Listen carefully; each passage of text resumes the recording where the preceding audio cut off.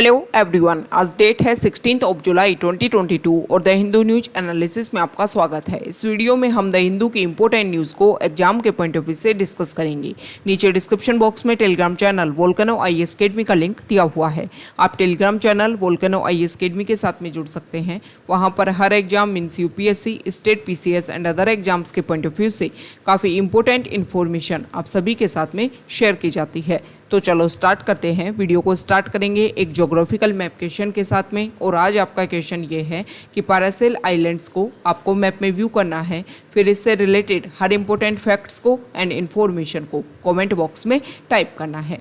कल हमने आपसे क्वेश्चन पूछा था कंचनजंगा नेशनल पार्क को लेकर के। तो कंचनजंगा नेशनल पार्क को अगर हम मैप पे व्यू करें, कंचनजंगा नेशनल पार्क या फिर Kanchenjunga biosphere reserve Sikkim state में लोकेटेड है। कंचनजंगा नेशनल पार्क में वर्ल्ड की थर्ड हाईएस्ट माउंटेन भी कंचनजंगा भी लोकेटेड है। इसके अलावा अदर जैसे कि यहाँ पर बहुत सारे इम्पोर्टेंट लेक्स, बहुत सारे ग्लेशियर भी लोकेटेड हैं, जिनमें से जेमू ग्लेशियर जो है वो काफ़ी ज़्यादा इम्पोर्टेंट है। अदर फैक्ट्स को अगर हम डिस्कस करें तो कंचनजंगा नेशनल पार्क को यूनेस्को वर्ल्ड हेरिटेज साइट का डेजिग्नेशन दिया हुआ है मिक्स्ड कैटेगरी में। मिक्स्ड कैटेगरी क्या होती है? कोई भी ऐसा एरिया जहाँ पर जो नेचुरल एलिमेंट और इसके अलावा जो कल्चरल एलिमेंट दोनों का प्रेजेंट होती है तो उसको मिक्स्ड कैटेगरी में रखा जाता है। इसके अलावा कंचनजंगा नेशनल पार्क को बायोस्फीयर रिजर्व का डेजिग्नेशन भी मिला हुआ है। ये बायोस्फीयर रिजर्व क्या होते हैं? यूनेस्को ने एक प्रोग्राम स्टार्ट किया था, मैन एंड बायोस्फीयर प्रोग्राम, और इस प्रोग्राम का मेन ऑब्जेक्टिव ये था कि जो भी पॉपुलेशन है और इसके अलावा हमारा जो एनवायरनमेंट है उनके बीच में एक कोऑपरेशन का जो रिलेशन है वो मेंटेन रह सके और दोनों ही चीज़ों को मेंटेन करके चला जा सके। मतलब टाइम के साथ में ग्रोथ एंड डेवलपमेंट भी हो, लेकिन उसके साथ में जो एनवायरनमेंट है उसको भी प्रोटेक्ट किया जाए। और इसीलिए एनवायरनमेंट को भी प्रोटेक्ट किया जाए, तो इसीलिए यूनेस्को ने मैन एंड बायोस्फीयर प्रोग्राम को लॉन्च किया और उसी के थ्रू बायोस्फीयर रिजर्व जो है वो बनाने स्टार्ट किए गए, ताकि जो भी हमारे बायोस्फीयर्स हैं उन सभी को प्रोटेक्ट किया जा सके। तो ये कंचनजंगा नेशनल पार्क से रिलेटेड कुछ बेसिक फैक्ट्स जो हमारे एग्जाम के पॉइंट ऑफ व्यू से इम्पोर्टेंट है। द हिंदू की इम्पोर्टेंट न्यूज़ और फर्स्ट इम्पोर्टेंट आर्टिकल रिलेटेड है NIRF, जो हर साल लिस्ट निकलती है हमारे हायर एजुकेशन इंस्टीट्यूट को लेकर के, उसको रिलीज़ किया है मिनिस्ट्री ऑफ एजुकेशन ने 2022 की ranking, national institution ranking framework. और ये रिपोर्ट कार्ड है हमारी इम्पोर्टेंट यूनिवर्सिटीज़ का। ओवरऑल अगर हम देखें तो Indian Institute of technology Madras ने यहाँ पर टॉप किया है। उसके बाद में IISc Indian Institute of Science Bengaluru second number पर, Indian Institute of Technology Bombay जो है वो थर्ड नंबर पर। टॉप जो 3 रैंक पर जो इंस्टीट्यूट आए हैं उन सभी के नेम आपके लिए इम्पोर्टेंट हो जाते हैं कि 2022 की NIRF रैंकिंग में कौन से इंस्टीट्यूट ने टॉप किया है। यहाँ पर अगर हम देखें तो अदर क्राइटेरिया, अदर कैटेगरी में भी जो इंस्टीट्यूट हैं उनको यहाँ पर डेजिग्नेशन दी जाती है, उनके बारे में हम नेक्स्ट डिस्कस करेंगे। अदर फैक्ट्स को अगर हम स्टार्ट करें NIRF से रिलेटेड, तो देखो 2015 में ये जो रैंकिंग है इसको स्टार्ट किया गया था सबसे पहले निकालना, कि जैसे वर्ल्ड लेवल पर जो भी एजुकेशन इंस्टीट्यूशन है उनको लेकर के रैंकिंग निकाली जाती है, सेम इसी तरीके से हमारे इंडिया में जो भी हायर एजुकेशन इंस्टीट्यूशन है उन सभी की रैंकिंग निकाली जाए। स्टार्टिंग में ये जो NIRF जो रैंकिंग थी वो वॉलेंट्री बेसिस पर थी। अगर कोई एजुकेशन इंस्टीट्यूशन जो है वो उसमें पार्टिसिपेट करना चाहे तो ठीक है, और नहीं करना चाहे तो ठीक है। लेकिन 2018 से जो भी गवर्नमेंट रन एजुकेशन इंस्टीट्यूशन है उन सभी के लिए इसको कंपलसरी कर दिया गया कि आप सभी को इसमें पार्टिसिपेट करना ही करना है। ओके, अब यहाँ पर अगर हम बात करें तो अलग अलग सेक्टर में, ये तो हमने ओवरऑल डिस्कस किया है कि ओवरऑल जो हायर एजुकेशन इंस्टीट्यूशन है उसमें IIT मद्रास ने टॉप किया है। यहाँ पर अदर लेवल पर जैसे टॉप 5 मेडिकल इंस्टीट्यूट की यहाँ पर रैंकिंग निकाली गई, जिसमें एम्स ने टॉप किया है। उसके बाद में post graduate institute of medical science and research Chandigarh ने सेकेंड नंबर पर, and Christian medical college Vellore जो है वो थर्ड नंबर पर यहाँ पर आया है। मैनेजमेंट के लेवल पर अगर हम देखें तो IIM अहमदाबाद जो है उन्होंने टॉप किया है, IIM बेंगलोर सेकंड नंबर पर, IIM कोलकाता 3rd नंबर पर। यहाँ पर बताया रखा है कि NIRF जो रैंकिंग है उसमें किस किस एरिया में और किस तरीके से ये एडिशन जो है वो पब्लिश होता है। तो ये 7th नंबर का एडिशन है NIRF का। इसके अलावा इसमें कॉलेजेस, यूनिवर्सिटीज़, रिसर्च इंस्टीट्यूट, इन सभी की ओवरऑल रैंकिंग निकाली जाती है कंबाइंड फॉर्म में। इसके अलावा अगर हम बात करें तो engineering, management, pharmacy, law, medical, architecture and dental, in 7 criteria ऐसे हैं जिनमें अलग अलग लेवल की भी जो यहाँ पर लिस्ट है वो आउट की जाती है। तो यहाँ पर ये बता रखा है कि अगर हम प्रेजेंट टाइम में बात करें तो 4786 इंस्टीट्यूट ऐसे हैं जिनका एवेल्युएशन किया गया ये रैंकिंग का फॉर्मेशन करने के लिए, और 5 क्राइटेरिया रखे गए, 5 पैरामीटर रखे गए जो आपके लिए इंपॉर्टेंट है। Teaching, learning and resources and professional practice, graduation outcome, outreach and inclusivity and perception, in points के बेसिस पर जो पैरामीटर्स, ये 5 पैरामीटर्स हैं, इनके बेसिस पर जो भी हमारे हायर एजुकेशन इंस्टीट्यूट्स हैं उन सभी को यहाँ पर एक तरीके से जांच की गई, इंस्पेक्शन किया गया कि कौन सा इंस्टीट्यूट जो है वो किस लेवल पर स्टैंड करता है, और उसके बेसिस पर ये जो NIRF रैंक जो है उसको आउट किया गया है। हमारे एजुकेशन मिनिस्टर हैं धर्मेंद्र प्रधान, उन्होंने कुछ इंपॉर्टेंट बात रखी है कि आने वाले टाइम में, प्रेजेंट टाइम में जो हमारे इंस्टीट्यूट हैं उनकी इंस्पेक्शन की अगर हम बात करें या उनके रैंकिंग सिस्टम की अगर हम बात करें, एक्रीडिटेशन सिस्टम की अगर हम बात करें, तो प्रेजेंट टाइम में NAAC एंड NBA ये 2 टाइप के सिस्टम हैं जिसके थ्रू जो यूनिवर्सिटीज़ हैं उनके इंस्पेक्शन किया जाता है। लेकिन आने वाले टाइम में इन दोनों को मर्ज कर दिया जाएगा, या तो NAC का एक्रेडिशन जो है वो इम्पोर्टेंट रहेगा किसी भी यूनिवर्सिटी के लिए, या फिर NIRF की जो रैंकिंग है उसके बेसिस पर किसी भी इंस्टीट्यूट की जो भी स्टेटमेंट है उसका स्टैंड है वो इम्पोर्टेंट रहेगा। यहाँ पर ये बात ध्यान में रखी गई है, धर्मेंद्र प्रधान जी ने ये एक इम्पोर्टेंट बात बोली है कि जो भी हमारे इंस्टीट्यूट हैं उनको NIRF रैंकिंग में पार्टिसिपेट करवाना होगा और तभी जा करके उनको गवर्नमेंट फंड्स मिल पाएगा। ओके, तो ये काफ़ी इम्पोर्टेंट है। इससे क्या होगा, देखो ये जो क्राइटेरिया है ना, इसमें रिसर्च जो है वो इम्पोर्टेंट है। हमने टाइम टू टाइम देखा है कि अगर हम फॉरेन कंट्रीज़ के जो इंस्टीट्यूट्स हैं उनको इंडिया के इंस्टीट्यूट से अगर हम कंपैरिजन करते हैं तो हम देखते हैं कि ओवरऑल पूरे वर्ल्ड लेवल पर जब भी रैंकिंग निकलती है इंडियन इंस्टीट्यूशन को लेकर के या फिर पूरे वर्ल्ड के जो भी इंस्टीट्यूशंस हैं उसमें इंडिया के जो इंस्टीट्यूट्स हैं वो एक अच्छे लेवल पर स्टैंड नहीं कर पाते हैं। उसका मेन रीज़न ये है कि हमारे इंडिया में अभी भी एजुकेशन जो है वो एक तरीके से उसको इम्प्लीमेंटेशन, मतलब बुकिश नॉलेज ज़्यादा देने में बिलीव किया जाता है, उसका जो एक इम्प्लीमेंटेशन होना चाहिए, एप्लीकेशन फॉर्म में जो एजुकेशन होनी चाहिए उसका अभी कम इम्प्लीमेंटेशन इंडिया में किया जाता है। तो टाइम के साथ में रिसर्च के ऊपर ज़्यादा फोकस करते हुए और एक तरीके से एप्लीकेशन बेसिस पर जो एजुकेशन है उसका इम्प्लीमेंटेशन अगर किया जाए तो इंडिया जो है वो पूरे वर्ल्ड लेवल पर इंडिया के इंस्टीट्यूट अपने आप को स्टैंड कर सकते हैं। और ये जो पैरामीटर्स हमने एस्टेब्लिश किए हैं इससे आने वाले टाइम में इंडिया के जो हायर एजुकेशन इंस्टीट्यूशन हैं उनकी रैंकिंग जो है वो काफ़ी ज़्यादा अपग्रेड होगी। नेक्स्ट इम्पोर्टेंट आर्टिकल है यहाँ पर श्रीलंका में, आप सभी को पता है वहाँ के प्रेसिडेंट ने रेजिग्नेशन दे दिया। अब वहाँ के जो प्राइम मिनिस्टर हैं वो एक्टिंग प्रेसिडेंट का रोल प्ले करेंगे जब तक नए प्रेसिडेंट वहाँ पर नहीं आ जाते हैं। जो मेंबर ऑफ पार्लियामेंट हैं उन्होंने डिसीजन लिया है कि सीक्रेट बैलेट के थ्रू वहाँ पर नया प्रेसिडेंट जो है उसको इलेक्ट किया जाएगा। ओके, यहाँ पर जो श्रीलंका का जो कॉन्स्टिट्यूशन है उसके बारे में बताया हुआ है कि अगर वहाँ पर प्रेसिडेंट की पोस्ट वैकेंट होती है तो 1 मंथ में वहाँ पर नेक्स्ट टाइम इलेक्शन होते हैं और जो पोस्ट है उसको फिल किया जाता है। आपका क्वेश्चन ये है कि इंडिया में अगर प्रेसिडेंट की पोस्ट वैकेंट है तो कितने टाइम में नेक्स्ट जो इलेक्शन है वो कंडक्ट करवाए जा सकते हैं, कि इतने टाइम में तो नेक्स्ट इलेक्शन होने ही चाहिए। नेक्स्ट इंपॉर्टेंट आर्टिकल है, यहाँ पर जो आर्टिकल है वो गोदावरी रिवर को लेकर के है। आप सभी को पता है प्रेजेंट टाइम में हमारा जो साउथ इंडिया है, पेनिनसुलर इंडिया है, वहाँ पर हैवी रेन देखने को मिल रही है जिसकी वजह से जो रिवर है वहाँ पर हैवी फ्लड देखने को मिल रही है। तो ये बता रखा है गोदावरी रिवर के बारे में। गोदावरी रिवर के ऊपर यहाँ पर ब्रिज बनाया हुआ है भद्राचलम वाले एरिया में, और भद्राचलम जो गोदावरी रिवर के बैंक पर सिचुएटेड एक इम्पोर्टेंट सिटी है। इसके अलावा नासिक जो है वो भी सिचुएटेड है गोदावरी रिवर के बैंक पर। ये 2 इम्पोर्टेंट सिटी हैं। तो यहाँ पर भद्राचलम वाले एरिया में हैवी रेन होने की वजह से फ्लड देखने को मिल रही है। गोदावरी रिवर से रिलेटेड कुछ बेसिक फैक्ट्स को अगर हम डिस्कस करें तो पेनिनसुलर इंडिया की सबसे इम्पोर्टेंट रिवर है, सबसे लार्जेस्ट रिवर है। जो गोदावरी रिवर है। गोदावरी रिवर की अगर हम बात करें तो महाराष्ट्र से इसका ओरिजिन होता है, फिर हमारे इंडिया के इम्पोर्टेंट सिटीज से फ्लो होती हुई, इम्पोर्टेंट स्टेट से फ्लो होती हुई लास्ट में बे ऑफ बंगाल में अपने आप को मर्ज करती है। सबसे इम्पोर्टेंट बात जो यहाँ पर अगर हम मैप के थ्रू डिस्कस करें, आप सभी को पता है कि ये हमारा पेनिनसुलर इंडिया है और यहाँ पर जो वेस्टर्न कोस्ट है उसके बिल्कुल पैरेलल एरिया में जो है वेस्टर्न घाट लोकेटेड है। यहाँ पर वेस्टर्न घाट से ही महाराष्ट्र वाले रीजन से ओरिजिन होता है। तो वेस्टर्न घाट जो है वो एक इम्पोर्टेंट रोल प्ले करता है, जिसकी वजह से पेनिनसुलर इंडिया जो है उसमें डिवीज़न देखने को मिलता है रिवर्स में। कुछ रिवर्स यहाँ से इसमें वेस्टर्न घाट्स में कुछ ईस्ट फ्लोइंग रिवर्स होती हैं और कुछ वेस्ट फ्लोइंग रिवर्स होती हैं।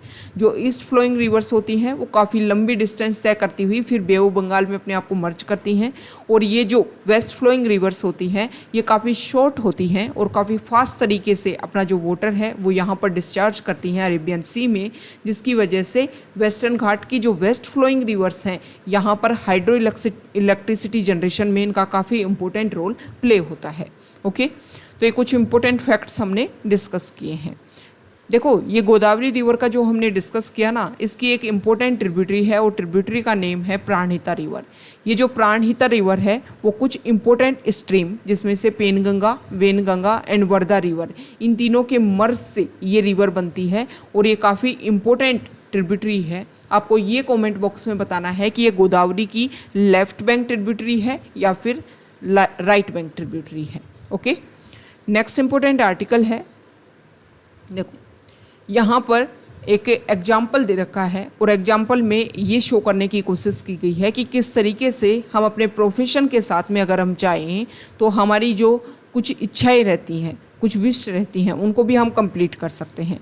यहाँ पर कुछ डॉक्टर्स हैं, अलग अलग सेक्टर से हैं, कोई यूरोलॉजिस्ट है, कोई हार्ट सर्जन है, कोई कार्डियोलॉजिस्ट है। उन्होंने अपना एक बैंड बना रखा है। इस बैंड के थ्रू वो टाइम टू टाइम अलग अलग हॉस्पिटल में परफॉर्मेंस करते हैं ताकि वहाँ पर एक जो हैप्पीनेस वाला जो एनवायरनमेंट है वो हमेशा बना रहे, क्योंकि आप सभी को पता है कि काफ़ी सीरियस कंडीशन होती है बहुत सारे पेशेंट्स की, जिसकी वजह से काफ़ी ज़्यादा इशू रेगुलर हॉस्पिटल्स में देखने को मिलते हैं।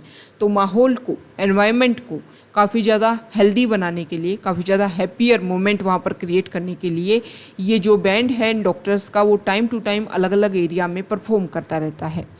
उन्होंने ये भी बोला है, देखो यहाँ पर देख के आपको लग रहा होगा कि म्यूज़िक जो है वो बेस्ट मेडिसिन है। वो अपने इस बैंड में जो भी बंगाली से रिलेटेड, बंगाली लैंग्वेज में जो भी इम्पोर्टेंट वहाँ के सॉन्ग होंगे या फिर हमारे इंडिया के जो एंशियंट सॉन्ग हैं, ओल्ड सॉन्ग हैं, उन सभी को वो परफॉर्म करते हैं। और म्यूज़िक को सबसे बेस्ट मेडिसिन बताई है कि म्यूज़िक बेस्ट थेरेपी है जिसके थ्रू आप अपने बहुत सारे इश्यूज को सॉल्व कर सकते हो। नेक्स्ट इम्पोर्टेंट आर्टिकल है और आर्टिकल रिलेटेड है एडिटोरियल पेज पर। यहाँ पर जो फर्स्ट आर्टिकल है इसमें अभी प्रेजेंट टाइम में इंडिया में जो डेफिसिट देखने को मिल रहा है, हम इंपोर्ट और एक्सपोर्ट जो कर रहे हैं उसमें जो डेफिसिट क्रिएट हो रहा है, जिसकी वजह से प्रेजेंट टाइम में इंडिया में फिसल डेफिसिट देखने को मिल रहा है। तो उसी को लेकर के यहाँ पर आर्टिकल है। इस आर्टिकल में सेम बातें वही रखी गई हैं कि जो चीज़ें हम इंपोर्ट कर रहे हैं उनके प्राइसेस ज़्यादा बढ़ गए हैं, जो चीज़ें हम एक्सपोर्ट कर रहे हैं वो सेम प्राइस पर बनी हुई हैं, जिसकी वजह से भी जो डेफिसिट जो होता है, अकाउंट डेफिसिट जो है वो भी ज़्यादा देखने को मिल रहा है। ओके, नेक्स्ट यहाँ पर जो आर्टिकल है, मंकी पॉक्स का जो फर्स्ट केस इंडिया में केरला में देखने को मिला, उसके बाद में इस आर्टिकल में बताया गया है कि हमें किस तरीके से अवेयरनेस क्रिएट करनी है, जो भी इश्यूज हैं उनको हमें सॉल्व करने की ज़रूरत है। यहाँ पर सबसे पहले ये बता रखा है कि आप सभी को पता है कि मंकी पॉक्स डिजीज़ जो है वो जो ट्रॉपिकल रेनफॉरेस्ट वाला एरिया है और अफ्रीका का जो सेंट्रल अफ्रीका और वेस्टर्न अफ्रीका जो कंट्री है वहाँ पर स्पेसिफिक ये केसेस जो हैं, ये डिजीज़ जो है वो देखने को मिलती है। सबसे पहले अगर हम बात करें, काफ़ी लंबे टाइम के बाद में 6 मई 2022 को अफ्रीका के बाद में पहला जो केस है वो यूके में रजिस्टर हुआ और उसके बाद में हम ये देख रहे हैं कि रेगुलर प्रेजेंट टाइम में 63 कंट्रीज़ में इसके जो केसेस हैं वो देखने को मिल रहे हैं और अभी इंडिया में भी इसका केस सामने आया है। तो ये जो केसेस हैं वो इंक्रीज़ ना हो, इसके लिए हमें विजिलेंट तरीके से जो भी इशूज हैं उनको सॉल्व करते हुए जो बेसिक प्रोविज़न है उनको इम्प्लीमेंट करने की ज़रूरत है। यहाँ पर जो आर्टिकल है वो रशिया यूक्रेन वॉर की वजह से आने वाले टाइम में क्या चेंजेस आएंगे उसके बारे में बता रखा है। राइटर का ये बोलना है कि यूरोपियन कंट्रीज़, यूरोप का काफ़ी ज़्यादा डोमिनेंस रहा था एंशिएंट टाइम में। जब कॉलोनाइजेशन टाइम था तो उन्होंने हर एरिया में, हर कॉन्टिनेंट में उनकी जो इम्पोर्टेंट कॉलोनी थी वहाँ पर एस्टेब्लिश थी। फिर आता है इंडिपेंडेंस का टाइम, कंट्रीज़ जो है वो यहाँ पर टाइम टू टाइम रिवोल्ट करते हैं और फिर डीकोलोनाइजेशन होता है, मतलब यूरोपियन कंट्रीज़ का जो डोमिनेंस था वो काफ़ी ज़्यादा डाइल्यूट होता है। उसके बाद में यूएस जो है वो अपने आप को पावरफुल बनाता है। और अभी प्रेजेंट टाइम में रशिया यूक्रेन जो वॉर चल रहा है उसकी वजह से क्या क्या चेंजेस हो सकते हैं वो आगे आने वाले टाइम में, इन सभी के बारे में राइटर ने बोला है कि अभी यूएस डोमिनेंस के साथ में यूरोपियन कंट्रीज़ को साथ में लेकर के यूएस नाटो ऑर्गेनाइजेशन को एक्सपेंड कर रहा है और एक तरीके से रशिया को काउंटर करने की कोशिश कर रहा है। तो यहाँ पर इस आर्टिकल में कुछ इंपॉर्टेंट फैक्ट बता रखे हैं कि आने वाले टाइम में जिस तरीके से पहले यूरोपियन कंट्रीज़ का डोमिनेंस हुआ करता था, अभी प्रेजेंट टाइम में अगर हम देखें तो यूएस ने यूरोपियन कंट्रीज़ को अपने साथ में लेने की कोशिश की है। मतलब यूरोपियन कंट्रीज़ का जो डोमिनेंस है, जो उनकी एक रेपुटेशन थी, जो उनका एक तरीके से अदर कंट्रीज़ पे जो उनका इन्वॉल्वमेंट था वो दोबारा से देखने को मिलेगा। और आने वाला जो टाइम है वो यूरोसेंट्रिज्म, मतलब यूरोपियन जो कंट्रीज़ हैं वो एक तरीके से सेंटर में रहेंगी और उसके बेसिस पर बहुत सारी चीज़ें जो हैं वो यहाँ पर रिफ्लेक्ट देखने को मिलेंगी। यहाँ पर जो आर्टिकल है, इस आर्टिकल में राइटर का ये बोलना है कि प्रेजेंट टाइम में कोई भी स्टेटमेंट दिया जाए उसको लेकर के जो किस तरीके से उसको रिप्रेजेंट किया जाता है वो फिर काफ़ी ज़्यादा इम्पोर्टेंट हो जाता है। राइटर का ये बोलना है कि प्रेजेंट टाइम में अगर हम देखें तो जुडिशरी के भी ऊपर भी प्रेजेंट टाइम में कुछ अटैक देखने को मिल रहे हैं। जुडिशरी ने कोई स्टेटमेंट दिया, उसके बाद में बहुत सारे लोग जो हैं वो गलत तरीके से उस स्टेटमेंट को रखते हैं, उस स्टेटमेंट को अपने लेवल पर कोशिश करते हैं कि उसको किस तरीके से बताया जाए। और ये जो चीज़ें हैं इसको लेकर के राइटर का ये बोलना है कि इस तरीके की जो एक्टिविटीज़ हैं वो टाइम के साथ में इंक्रीज़ होती जा रही हैं। तो राइटर ने ये बोला है कि हेट स्पीच जिसके नाम पर बहुत सारे लोगों को अरेस्ट किया जाता है, लेकिन कुछ लोग ऐसे हैं जो इस तरीके के डेरोगेटरी जो स्टेटमेंट है वो टाइम टू टाइम देते रहते हैं। तो राइटर का ये बोलना है कि क्या इस तरीके की जो भी ग्रुप जो वर्क कर रहे हैं, जो इस तरीके के स्टेटमेंट पास करते हैं, क्या वो किसी पॉलिटिकल पार्टी से सपोर्टेड है? क्या ये सारा जो नेटवर्क है कोई हिडन तरीके से इसको इम्प्लीमेंट किया जा रहा है ताकि जो पॉपुलेशन है उनको इन्फ्लुएंस किया जा सके? नेक्स्ट इंपॉर्टेंट आर्टिकल है पेज नंबर 8 पर, और यहाँ पर जो फर्स्ट आर्टिकल है पार्लियामेंट का अभी जो सेशन होने वाला है मानसून सेशन, उसको लेकर के यहाँ पर जो लोकसभा स्पीकर हैं उन्होंने कुछ इम्पोर्टेंट बात रखी है।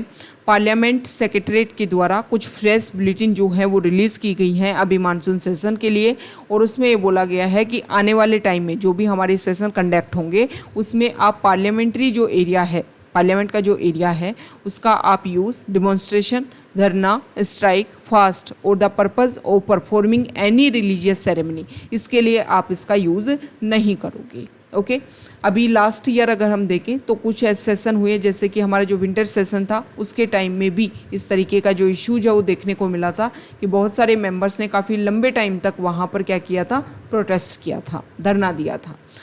तो ओके, तो यहाँ पर कुछ सेशन की बात हुई है पार्लियामेंट के। तो आप सभी को पता है कि हमारा जो कॉन्स्टिट्यूशन है वो एक बात बोलता है कि पार्लियामेंट के 2 सेशन के बीच में 6 मंथ से ज़्यादा का टाइम नहीं होना चाहिए। मतलब अगर हम सिंपल लैंग्वेज में समझे तो 1 साल में पार्लियामेंट के 2 सेशन हो सकते हैं, लेकिन हमारे यहाँ पर ट्रेडिशन है कि हमारे इंडिया में पार्लियामेंट के 3 सेशन होते हैं, जिसमें बजट सेशन है, मानसून सेशन है एंड विंटर सेशन है। तो ये ट्रेडिशन है वो कॉन्स्टिट्यूशन में नहीं लिखा हुआ है। ये बेसिक डिफरेंस जो है पॉलिटी के बेसिस पर आपको क्लियर होना चाहिए कि कौन सी जो वर्ड है, कौन सा जो स्टेटमेंट है वो कॉन्स्टिट्यूशन में मेंशन है और कौन सा वर्ड जो है वो नहीं है। नेक्स्ट इंपॉर्टेंट आर्टिकल, यहाँ पर प्रेसिडेंट के इलेक्शन है और कुछ पार्टी जो हैं वो टाइम टू टाइम एनडीए के जो कैंडिडेट हैं द्रौपदी मुर्मू, उनको सपोर्ट करने की बात रख रहे हैं। तो यहाँ पर एक पार्टी है सुहेलदेव भारतीय समाज पार्टी, जो सपा को एक तरीके से सपोर्ट कर रही है, लेकिन उन्होंने बोला है कि प्रेसिडेंट के इलेक्शन में वो जो हैं वो एनडीए के जो कैंडिडेट हैं उनको सपोर्ट करेंगे। नेक्स्ट इंपॉर्टेंट आर्टिकल, ये जो आर्टिकल है देखो, नेशनल मेमोरियल एंड म्यूजियम ने जो महात्मा गांधी जी को डेडिकेटेड है, उन्होंने अभी अपनी हर मंथ जो है वो अपनी मंथली मैगजीन जो है उसको पब्लिश करते होंगे, लेकिन इस आर्टिकल में ये बताया गया है कि अभी प्रेजेंट टाइम की उनकी जो मंथली मैगजीन है वो डेडिकेटेड है हिंदुत्व लीडर विनायक दामोदर सावरकर को। तो इस आर्टिकल में एक इम्पोर्टेंट बात रखी गई है और इस आर्टिकल में बताया गया है कि जिस तरीके से ये स्टेटमेंट है मतलब गांधी जी को डेडिकेटेड म्यूजियम है, लेकिन इसमें फोकस किया गया है विनायक दामोदर सावरकर के ऊपर। तो जिसकी वजह से यहाँ पर जो गांधी जी से इन्फ्लुएंस्ड हैं, गांधी जी के जो भी फॉलोअर्स हैं, उन्होंने इम्पोर्टेंट बात रखी है कि एक तरीके से उनको सेपरेट या इनको साइडलाइन करने की कोशिश की जा रही है। लेकिन यहाँ पर जो नेशनल मेमोरियल एंड म्यूज़ियम है, उन्होंने ये बोला है कि अभी प्रेजेंट टाइम में 75 ईयर ऑफ इंडिपेंडेंस को हम सेलिब्रेट करेंगे, तो जो भी हमारे इंपॉर्टेंट लीडर्स हैं उन सभी को डेडिकेटेड करते हुए इस तरीके से जो हमारी मैगजीन है वो आने वाले टाइम में पब्लिश होगी। ओके, तो यहाँ पर जो विनायक दामोदर सावरकर है उनसे रिलेटेड हम कुछ बेसिक फैक्ट्स के बारे में बात करेंगे जो हमारे एग्जाम के पॉइंट ऑफ व्यू से इम्पोर्टेंट है। सबसे इम्पोर्टेंट बात, महाराष्ट्र में इनका जन्म हुआ था। इनसे रिलेटेड कुछ ऑर्गेनाइजेशन एंड कुछ इम्पोर्टेंट वर्क्स हैं। तो सबसे पहले उन्होंने एक सीक्रेट सोसाइटी को एस्टेब्लिश किया और सीक्रेट सोसाइटी का नाम था अभिनव भारत सोसाइटी।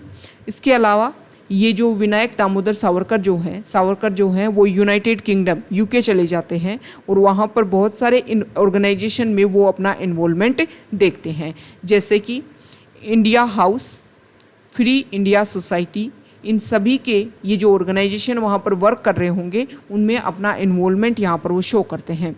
सबसे इम्पोर्टेंट बात, हिंदू महासभा के 1937 से 1943 तक वो इसके प्रेसिडेंट भी रहे थे। इसके अलावा विनायक दामोदर सावरकर ने कुछ इम्पोर्टेंट बुक लिखी और उनकी फर्स्ट इम्पोर्टेंट बुक है the history of the war of Indian independence. इसमें उन्होंने ये बताया कि 1857 की जो सेपोई म्यूटिनी हुई थी उसमें हमारे इंडिया ने जो गुरिल्ला वारफेयर है उन ट्रिक्स को यूज़ किया गया था। इसके अलावा उनकी एक सेकंड बुक और है और बुक का नाम है Hindutva, who is Hindu. Okay, अब सबसे इम्पोर्टेंट बात, 1909 में आप सभी को पता है कि एक इम्पोर्टेंट एक्ट हमारे इंडिया में आया था जिसको मोर्ले मिंटो रिफॉर्म एक्ट के नाम से भी जानते हैं। तो इनको लेकर के विनायक दामोदर सावरकर के ऊपर कुछ कॉन्स्पिरेसी के चार्जेस लगते हैं कि आप जो है इस एक्ट के खिलाफ में कुछ षड्यंत्र, कुछ कॉन्स्पिरेसी कर रहे थे और इसी के बेसिस पर उनको अरेस्ट कर लिया जाता है और अरेस्ट करने के बाद में उनको 50 साल के लिए काला पानी की सज़ा जो है अंडमान एंड निकोबार आइलैंड में जो सेलुलर जेल है वहाँ पर 1911 में उनको ट्रांसफ़र कर दिया जाता है और 50 ईयर्स की रिग्रेस जो जेल है वो उनको दी जाती है। अब यहाँ पर हमने डिस्कस किया कि अभिनव भारत सोसाइटी को उन्होंने एस्टेब्लिश किया था, तो इससे रिलेटेड कुछ बेसिक फैक्ट्स की अगर हम बात करें तो ये अभिनव भारत सोसाइटी जो है, जिसको यंग इंडिया सोसाइटी के नाम से भी जानते हैं, इसको विनायक दामोदर सावरकर और उनके भाई गणेश दामोदर सावरकर ने 1904 में एस्टेब्लिश किया गया था। ओके, इसके अलावा देखो ये जो अभिनव भारत सोसाइटी है इसको स्टार्टिंग में नासिक में एक मित्र मेला के नाम से इसको स्टार्ट किया था। इसमें ये डिसीजन लिया गया था कि इंडिया और लंदन में इसकी ब्रांचेज एस्टेब्लिश की जाएगी और जो भी पॉलिटिकल एक्टिविस्ट हैं उन सभी को इसमें एसोसिएट किया जाएगा। इंडिया हाउस की हमने बात की कि जब लंदन गए मिस्टर सावरकर तो वो इन ऑर्गेनाइजेशन में उन्होंने अपना इन्वॉल्वमेंट शो किया था। तो ये जो इंडिया हाउस है इसको 1905 में लंदन में श्यामजी किशन वर्मा के द्वारा एस्टेब्लिश किया गया था। अब बात कर लेते हैं फ्री इंडिया सोसाइटी की। और फ्री इंडिया सोसाइटी को अगर हम देखें तो 1906 में जब सावरकर लंदन गए तो उन्होंने फ्री इंडिया सोसाइटी को यहाँ पर लंदन में एस्टेब्लिश किया था। हिंदू महासभा जिसके वो प्रेसिडेंट रहे थे, तो हिंदू महासभा जो है वो हमारे इंडिया में अखिल भारत हिंदू महासभा जो इंडिया में जो भी ओल्डेस्ट ऑर्गेनाइजेशन है इंडिया के उनमें से एक है और 1907 में इसको एस्टेब्लिश किया गया था।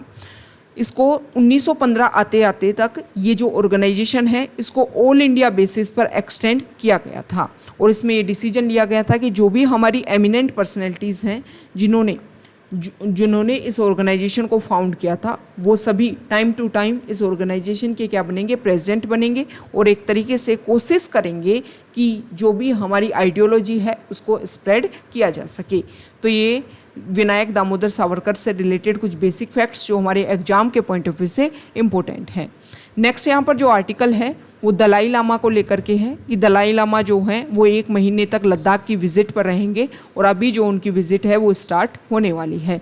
यहाँ पर दलाई लामा ने कुछ इंपॉर्टेंट बात रखी इंडिया और चाइना के बॉर्डर रिलेशन को लेकर के कि जो भी बॉर्डर इश्यूज हैं उनको हम डिस्कशन के थ्रू सॉल्व कर सकते हैं और जो वॉर है वो किसी भी इशू का कोई भी सॉल्यूशन नहीं है।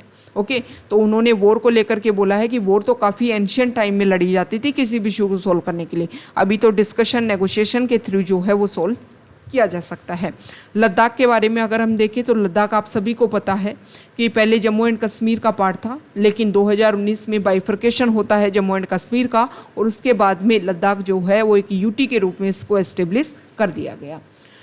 यहाँ पर तिब्बत की बात हुई है कि दलाई लामा आप सभी को पता है कि तिब्बत वाले रीजन से बिलोंग करते हैं।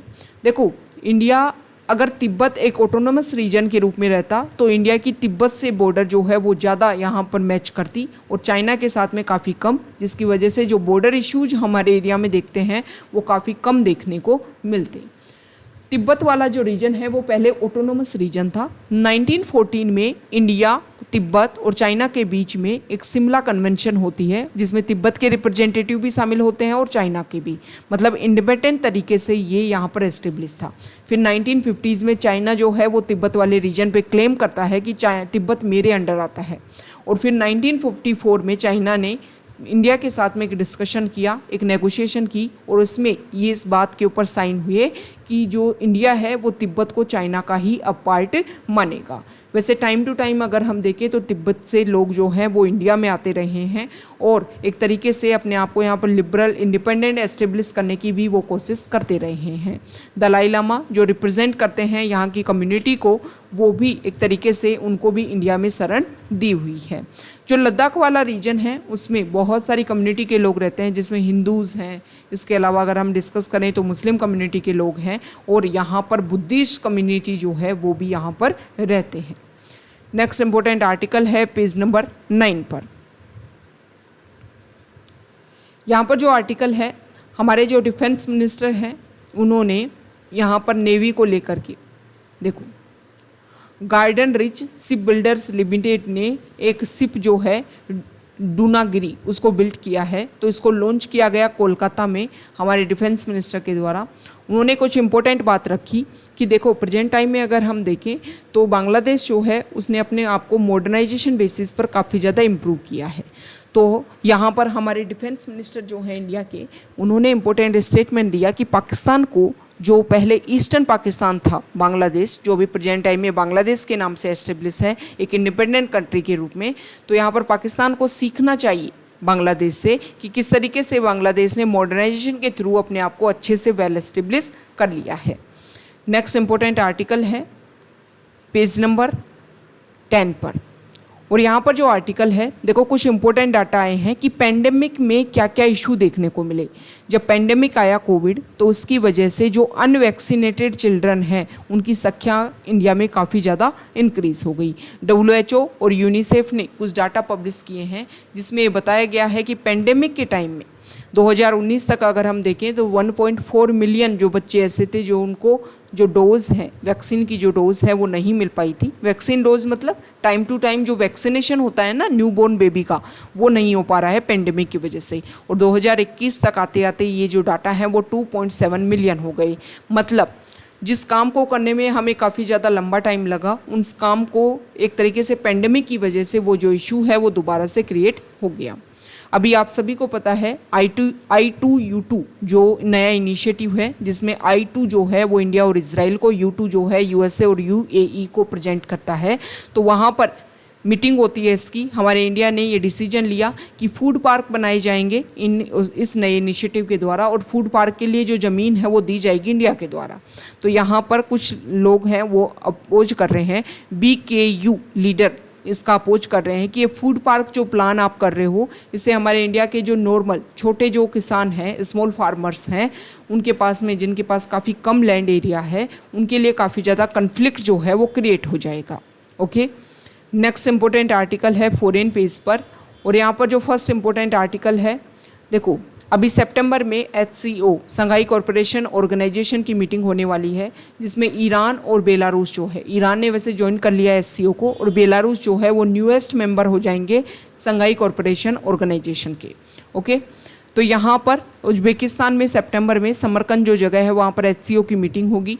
अब यहाँ पर HCO को लेकर के कुछ बेसिक फैक्ट्स हैं। देखो, सबसे पहले HCO जो है चाइना, रशिया, कजाकिस्तान, किर्गिस्तान और तजिकिस्तान, ये जो हैं वो 5 कंट्रीज़ थे जिनको शंघाई 5 के नाम से जानते थे। 1996 में एस्टेब्लिश हुए थे। फिर 2001 में उज्बेकिस्तान जो है वो भी ज्वाइन कर लेता है इस ऑर्गेनाइजेशन को, और फिर ये ऑर्गेनाइजेशन जो है वो शंघाई कॉरपोरेशन ऑर्गेनाइजेशन के नाम से जानता है। 2017 में इंडिया और पाकिस्तान ने भी इसको ज्वाइन कर लिया। उसके बाद में मतलब पहली बार इसका एक्सपेंशन देखने को मिला इस ऑर्गेनाइजेशन का, और लास्ट ईयर जब दुशांबे में जब मीटिंग हुई तो ईरान ने इसको ज्वाइन कर लिया, और अभी बेलारूस जो है वो भी इसकी मेंबरशिप को एक्सटेंड करने वाला है। एक तरीके से नाटो ऑर्गेनाइजेशन को हल्ट करने के लिए, नाटो ऑर्गेनाइजेशन को रिस्ट्रिक्ट करने के लिए ये जो HCO ऑर्गेनाइजेशन है वो अपनी जो भी मेंबरशिप है उनको उसको इंक्रीज कर रहा होगा।